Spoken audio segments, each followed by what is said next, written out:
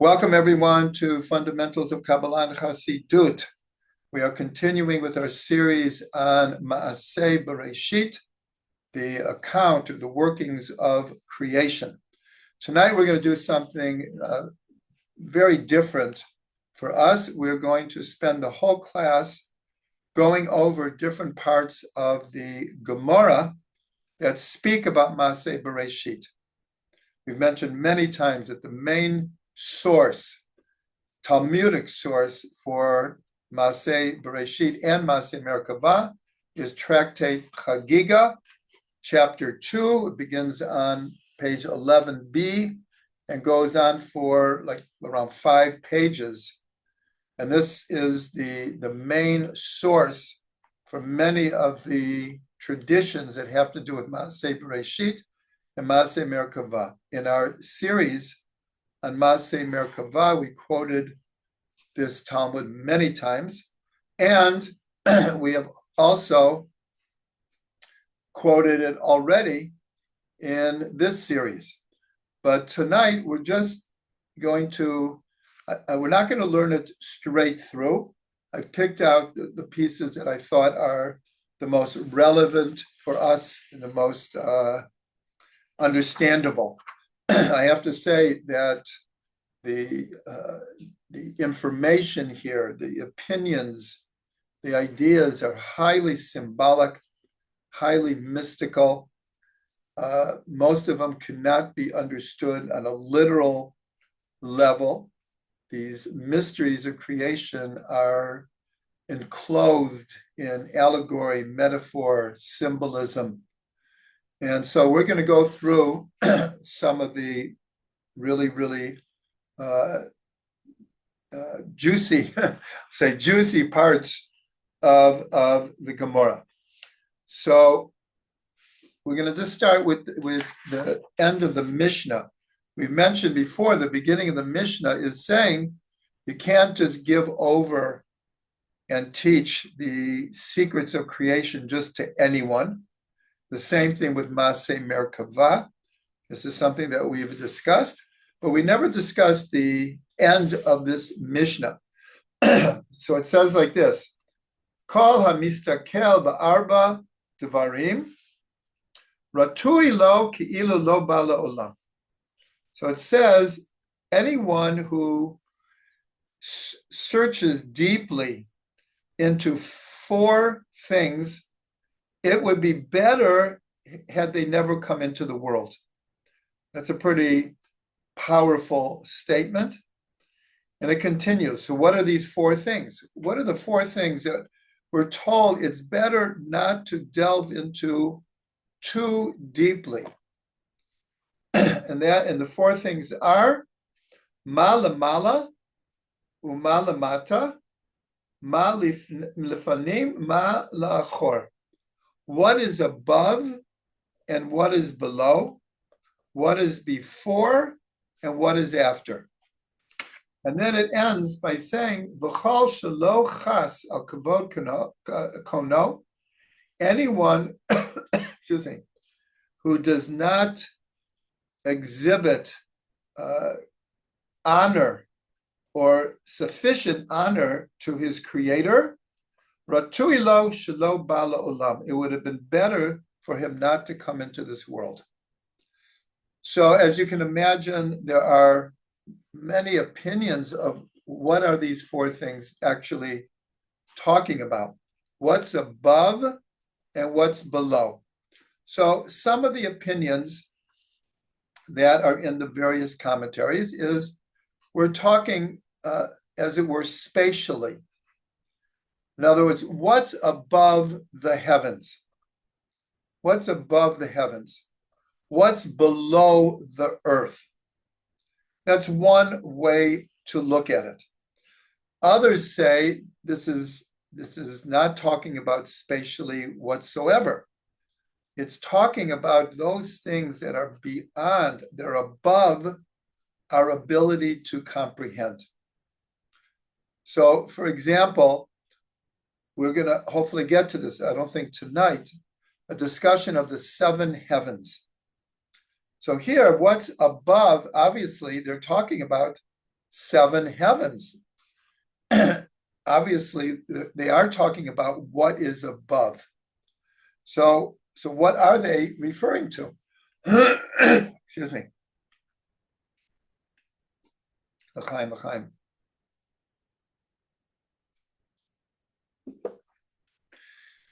One of the opinions is not to contemplate what's above the Chayot HaKodesh.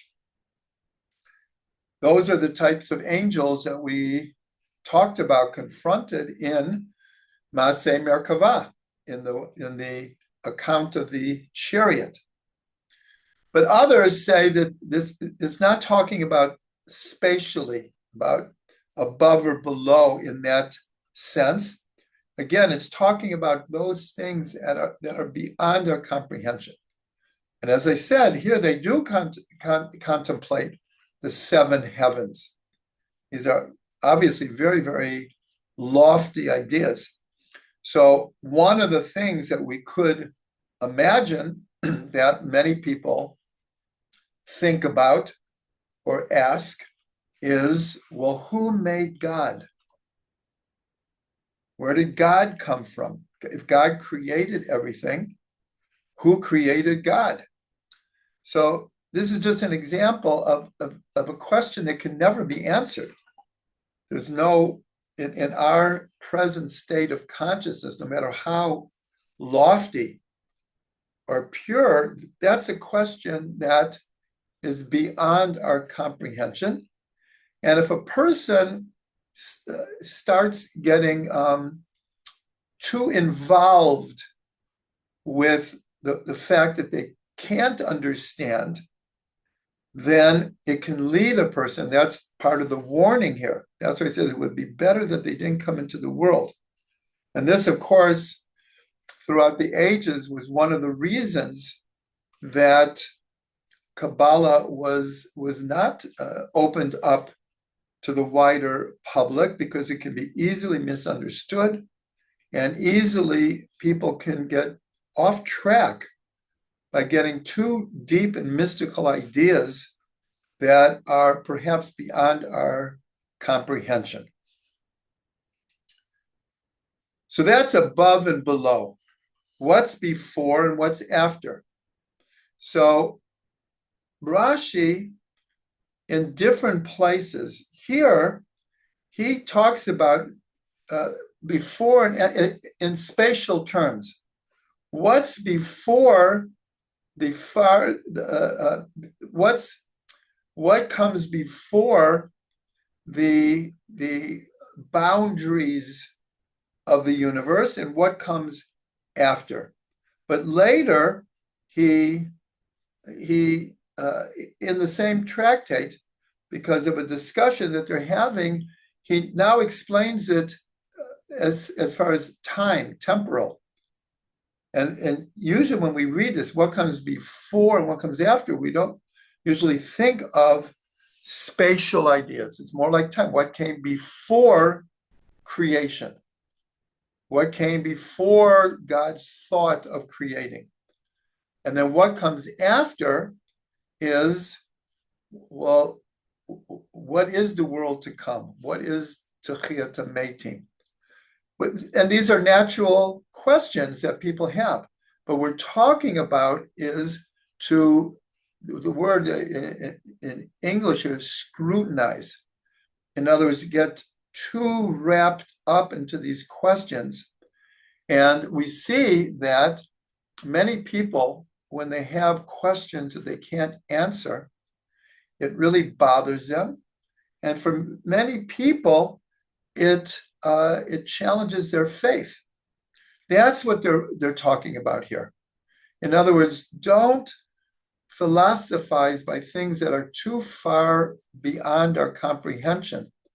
Because if you let those things bother you to the point where it's going to threaten your foundations, your faith, then the expression here, and it's somewhat of a extreme expression, is it would be better not to come into the world. And it ends by saying anyone who doesn't have sufficient honor for their creator, it would be better that they didn't come into this world. Because it's considered that each and every one of us should have the ultimate acknowledgement and thanksgiving to the one who gave us life.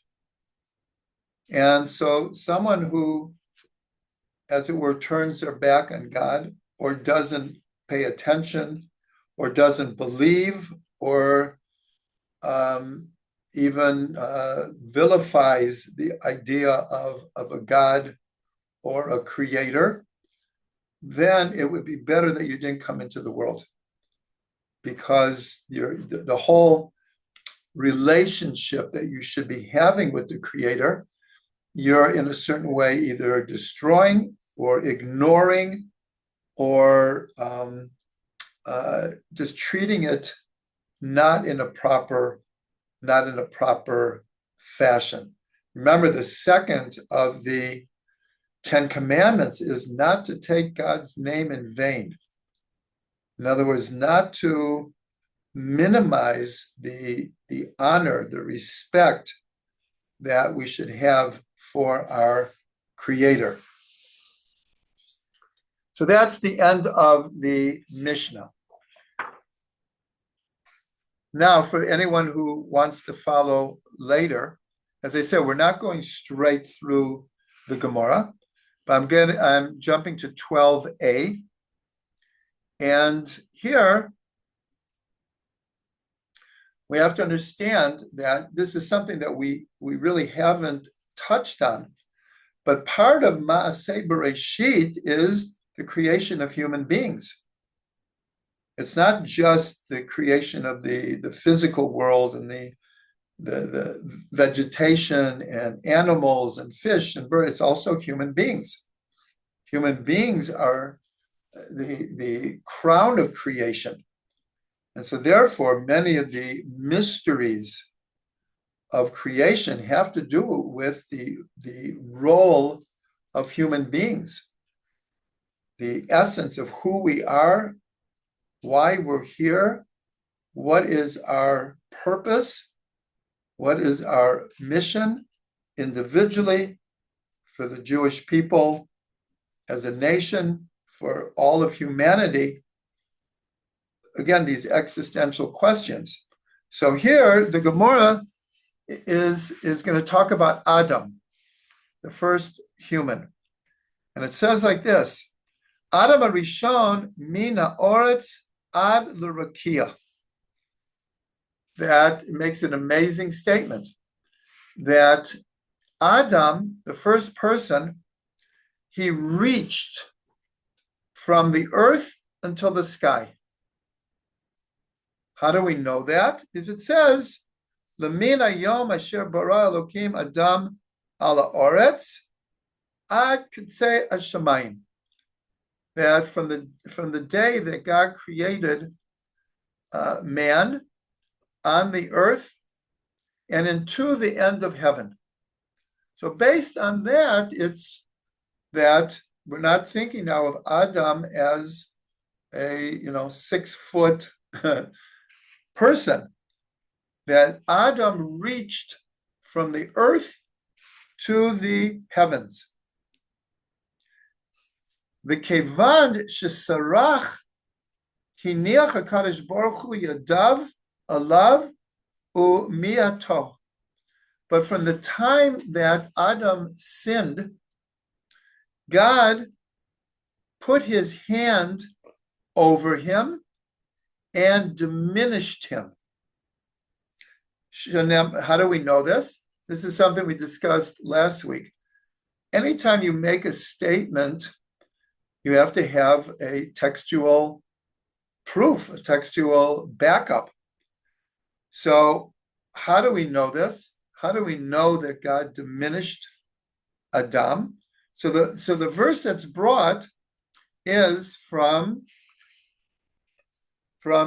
Psalms 139, verse 5, saying, Achor v'kedem saratani v'teshet alai kapcha. So it says here, later and earlier you formed me, and you placed your palm upon me. Now, if we didn't have this teaching in the Gemara, it might sound that God, as it were, putting his palm is a very positive thing, that God is blessing us or comforting us or encouraging us. But that's not how the Gemara here understands it, is that putting his hand on Adam was diminishing him. And it says later and earlier. In other words, earlier, Adam reached from the earth to the heavens. But once he sinned, that's the later, he is diminished. So this is somewhat reminiscent of the whole story of God diminishing the moon. When the moon questions, it's not exactly the same. I'm just saying it's somewhat similar. That when on the fourth day, it says that God created two large luminaries. And then, like a verse later, it says the large luminary and the small luminary.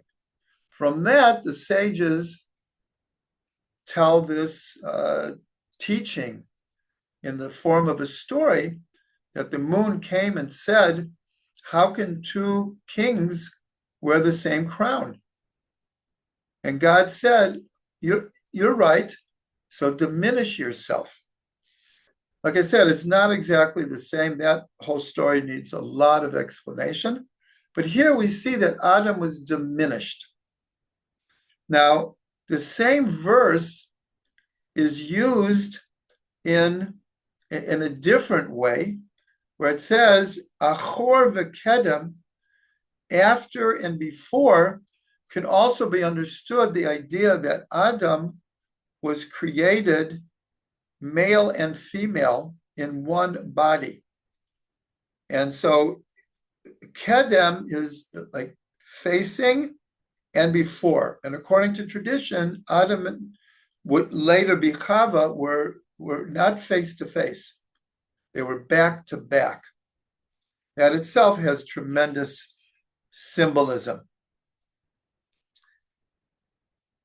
I mean, I have to be honest, each of these ideas can be delved into in tremendous depths. Here, I'm just trying to bring the flow of these teachings here. Okay, so now we're continuing.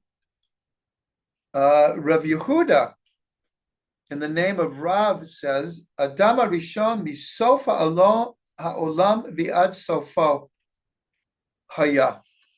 That Adam, here, it's saying the same thing, but in a different way. Instead of saying that Adam reached from earth to the sky, here it says that Adam, from the end of the world to the end of the world, he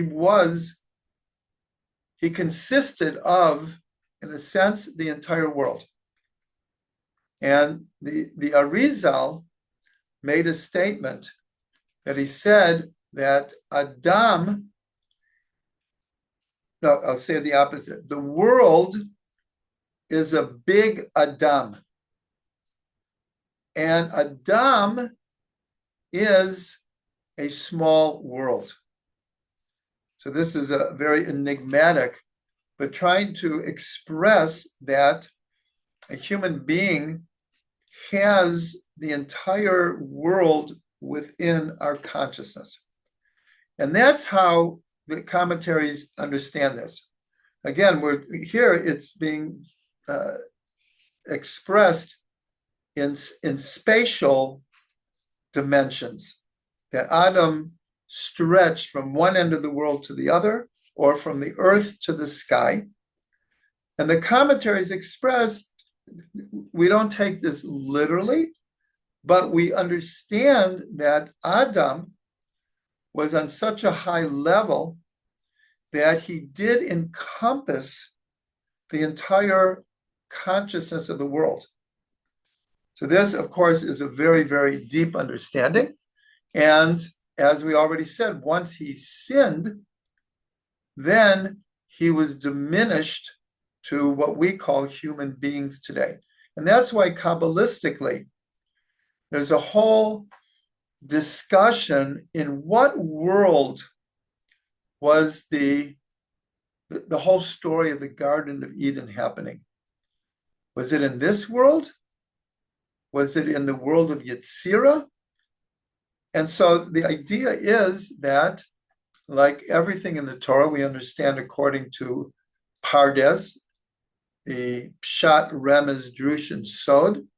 So there is a level that the Garden of Eden, Adam and Chava, was in this world. There's also a perspective that the whole story was not happening in this world whatsoever. It was on another level of dimension. And that's why we're told that Adam and Chava had light bodies. And then once they sinned, God made for them garments of skin, or with an ayin. And it's expressed that the word for light is aleph vav resh, and for skin or leather, it's ayin vav resh. But they almost sound the same. And aleph and ayin can always be interchanged. And so through sinning, that was the diminishment. We went from bodies of light to bodies of skin.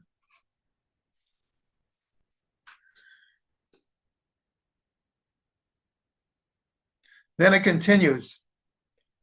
So how do we know that Adam stretched from one end of the world to the other? So it says, Shneamar, Lamin Hayom Asher Bara Elokim Adam ala Oretz. It's the same verse that we brought before. Va'ad Kitsei Hashemayim. This is a verse. The same verse from Tehillim.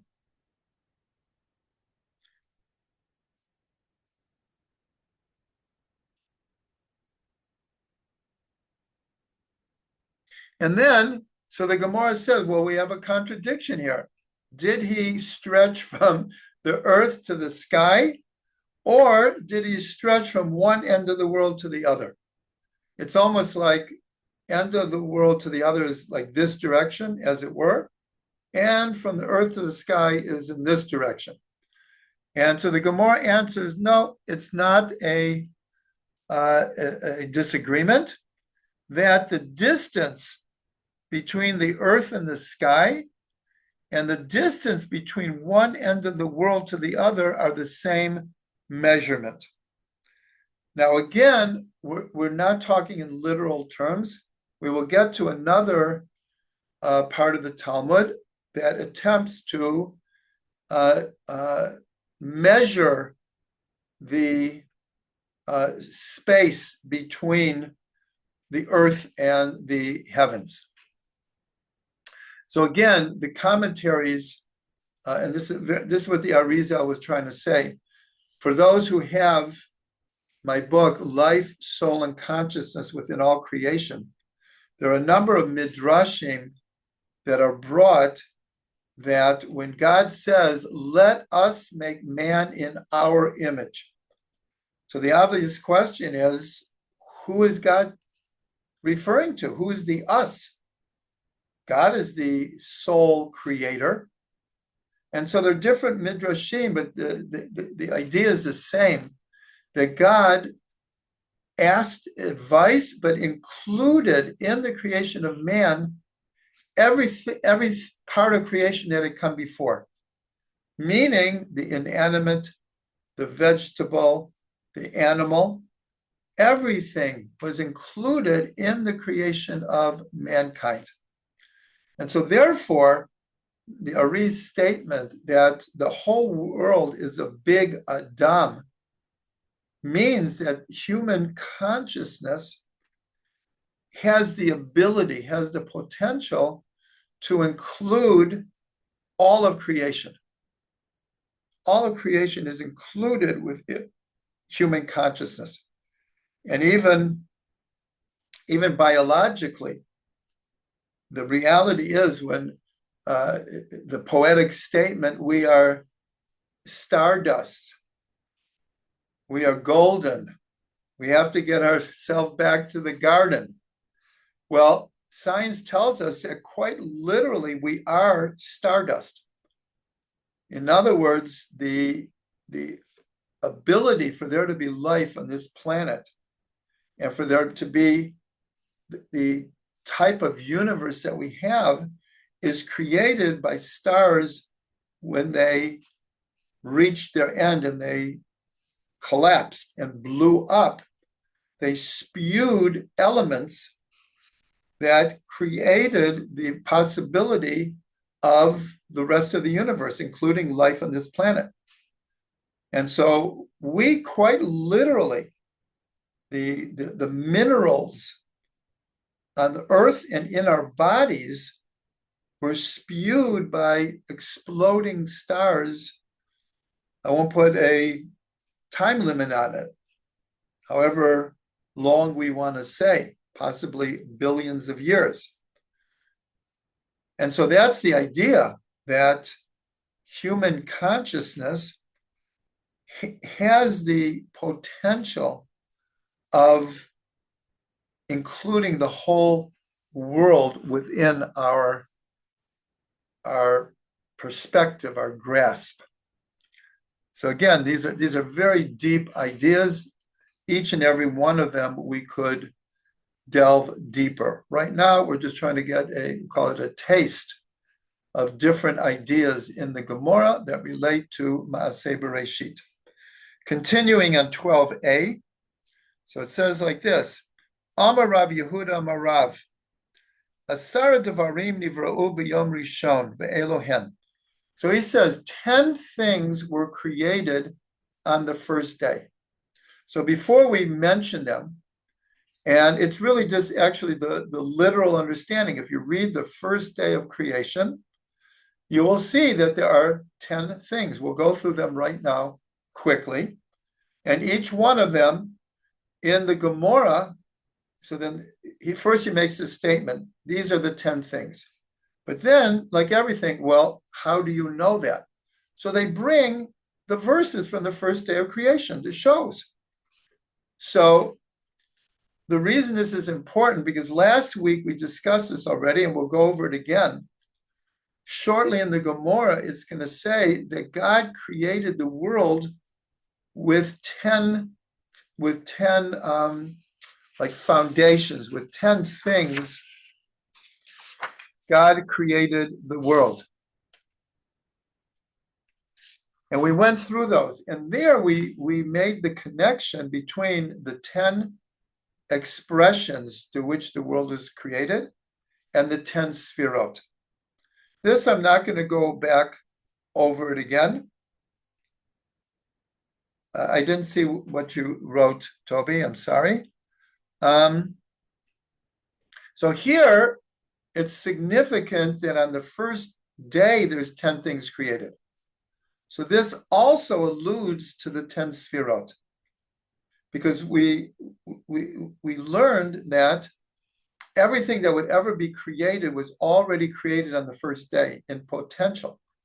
Rashi even brings this, that each day of creation already, in a sense, was created in potential on the first day, and now it's only unfolding, being realized, being expressed, being revealed. So here, I'll read the 10 things. So what are the 10 things on the first day of creation? Shemayim v'oretz, heaven and earth. Tohu v'vohu, we'll translate it for right now, chaos and void. Or v'choshech, light and darkness. Ruach umayim, breath or spirit or wind and water, midat yom umidat laila, the aspect or the length of day and the length of night. So again, these are just simply, if read through the first day of creation, and these are the 10 elements that make up the first day. The Gemara continues, and I don't think we need to do this. It's just, how do we know that God created Shemaim and Aretz on the first day? Because it says, Bereishit bara Elokim et Shemaim et Aretz. In the beginning, God created the heavens and the earth. How do we know that He created Tohu Vavohu? Because it says, V'ha'aretz hayta Tohu Vavohu, the second verse of the Torah. And the earth was chaotic and void. V'choshech apnei hatahom. Here we see choshech is being created. V'ruach Elokim, and the spirit or the breath or the wind of God, merachefet apnei hamayim, was hovering over the waters. So there already we have ruach, mayim, choshech, tohu v'vahu. 5 things in the second verse. And then it just continues and it brings the proper verses for these 3 things. Then, and again, I'm not going doing all of it, but then the Gemara asks, V'or b'yom HaRishon ibarei v'yiten otam Elokim b'rakia shemayim. No, excuse me.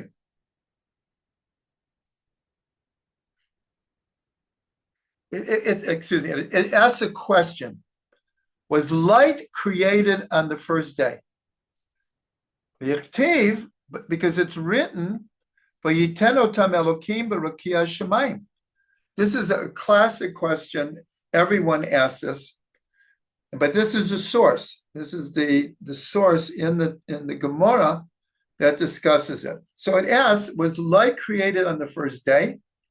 How can that be? Because we learned that only on the 4th day did God place the sun and the moon in their orbits. So how can we say that light was created on the first day? So the Gemara explains, and it says like this, Rabbi Elazar, it brings a quote from Rabbi Elazar, who said the following, Or shebara kadosh baruch hu b'yom HaRishon, Adam tsofebo misof olam v'yad sofo. So this is bringing us back to about Adam.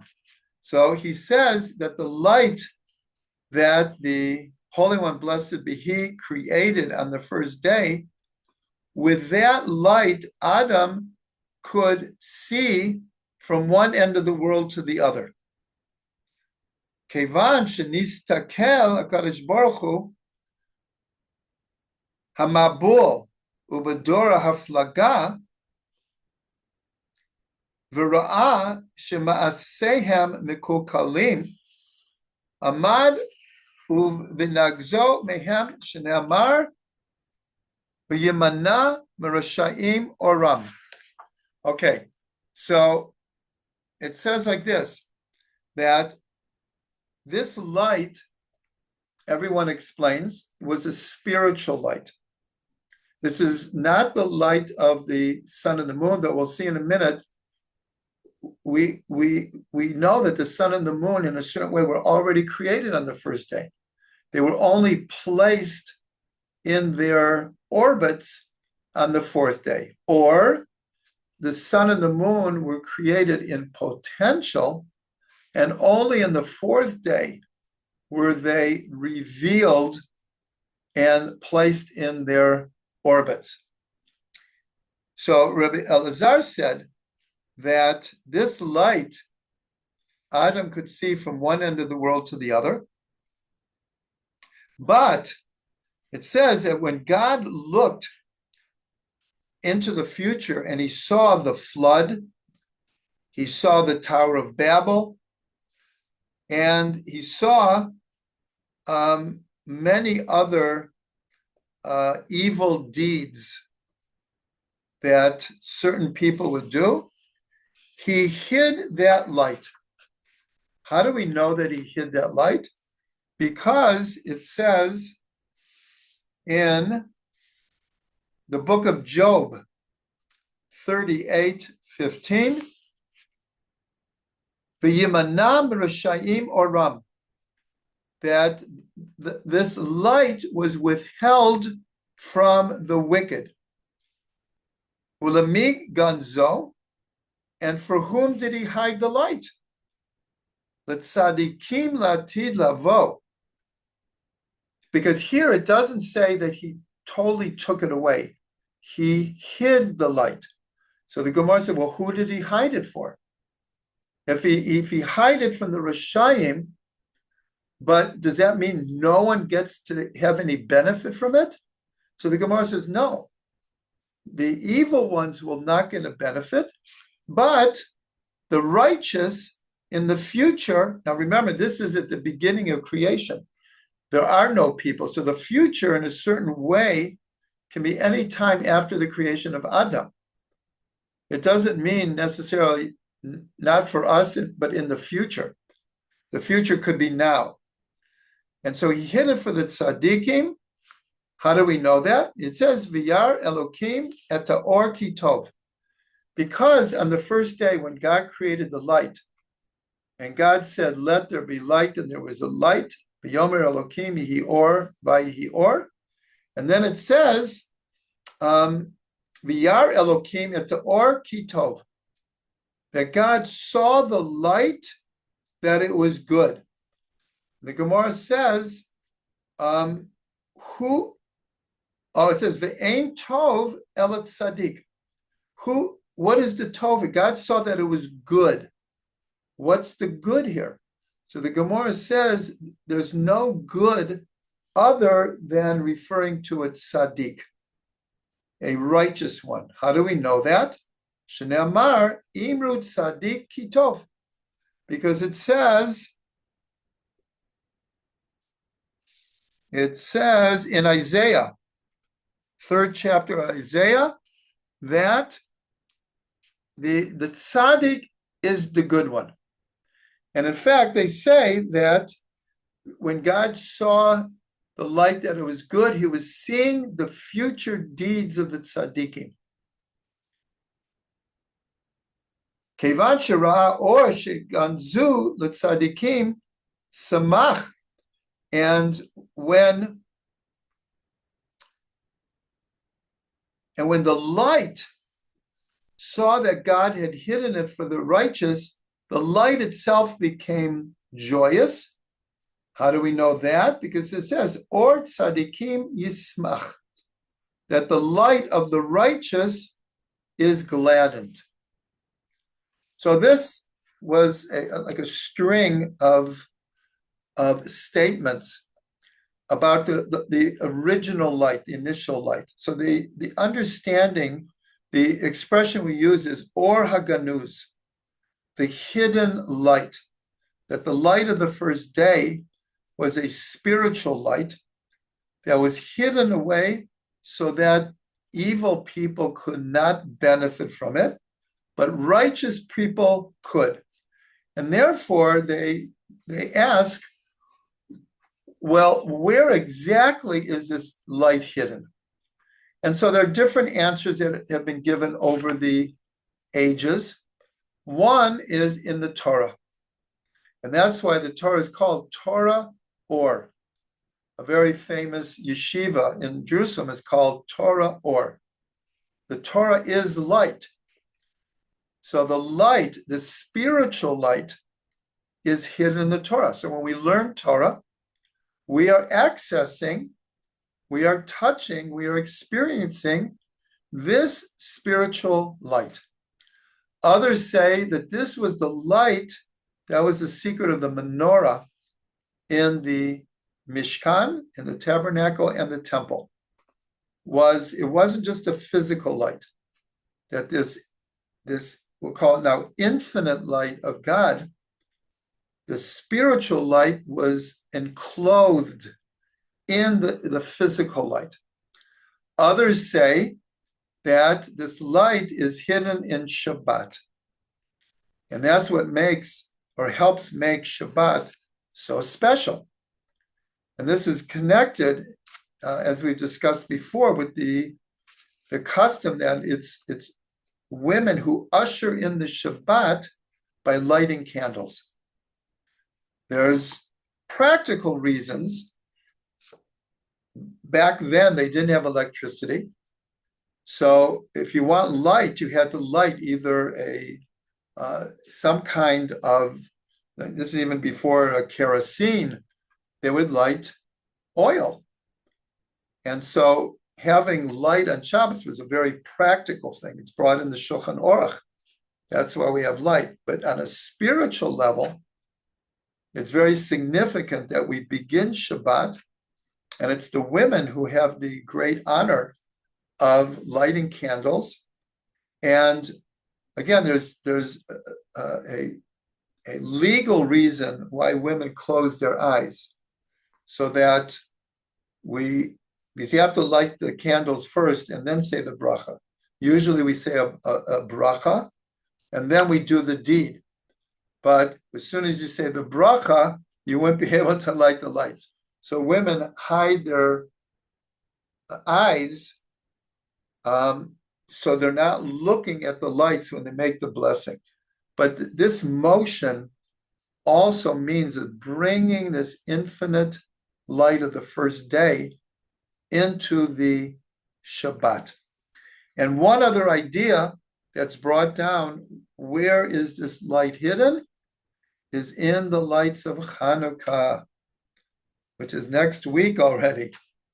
That this hidden light is enclosed in the physical light of the Hanukkah. And that's why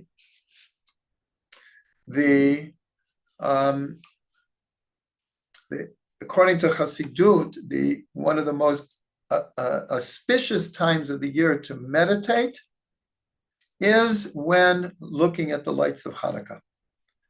And I'm not talking about like for 1 minute. Sitting by your lights, those of you who have the book, The Lights of Hanukkah, that the Hasidic custom is as much as possible to sit by your lights and meditate on them. So this is a good place.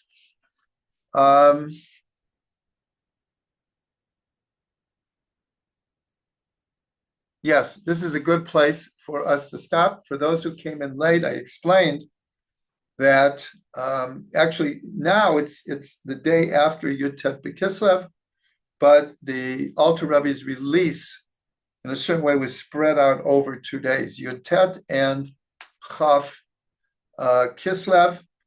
And I have to cut the class short because I'm going to the celebration with Rav Ginsburg.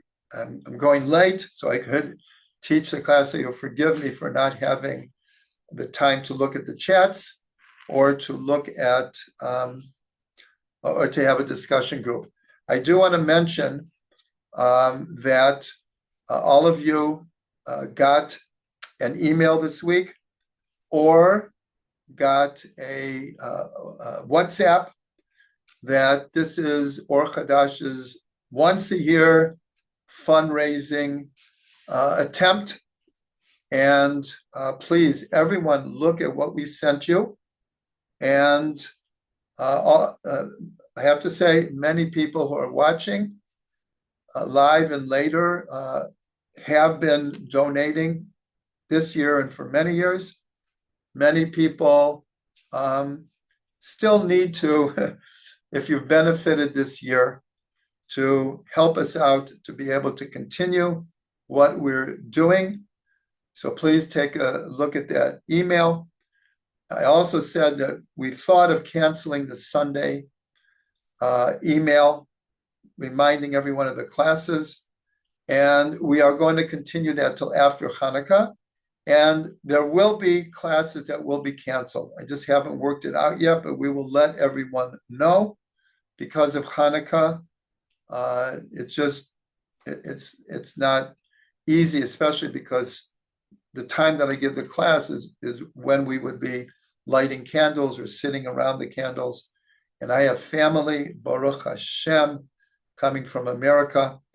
And so there will be some cancellations, but everyone will know about them. So everyone, this is called the holiday of Chassidut, the holiday of the inner dimensions of the Torah.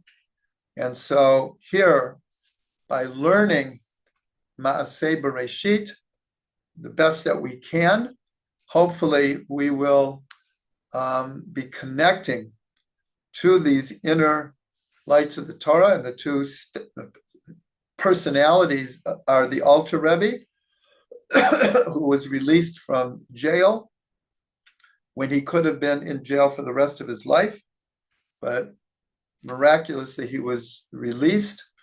And it's the Yortzeit of the Maggid of Mezrich, who was the successor of the Baal Shem Tov, and most of the Hasidic Rebbes that spread out all over Europe were students of the Maggid of Mezrich. So that's a little bit about Yud Tet B'Kislev.